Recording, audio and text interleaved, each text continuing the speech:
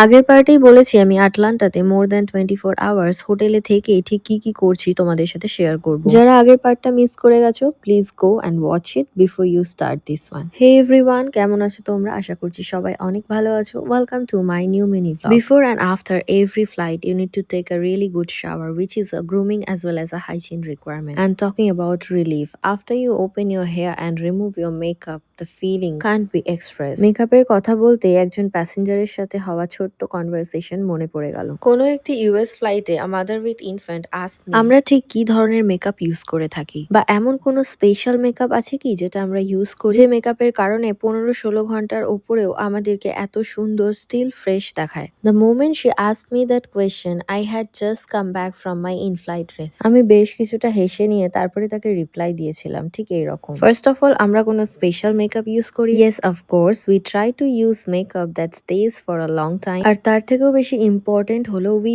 Maintain that, আর সেটা আমরা টাইমে চেক করতে থাকি। আর এখনই আমি ইন ফ্লাইট রেস্ট থেকেও এসেছি। আর সেটা শুনে উনি আবারও বলেন যে আমাদের মেকআপ তো কিছুক্ষণের মধ্যেই নষ্ট হয়ে যায়। আমি ওনাকে একটু অ্যাসিওরেন্স দিলাম যে মেকআপ যেমনই হোক না কেন, যেভাবেই হোক না কেন, but maintaining makeup is really important.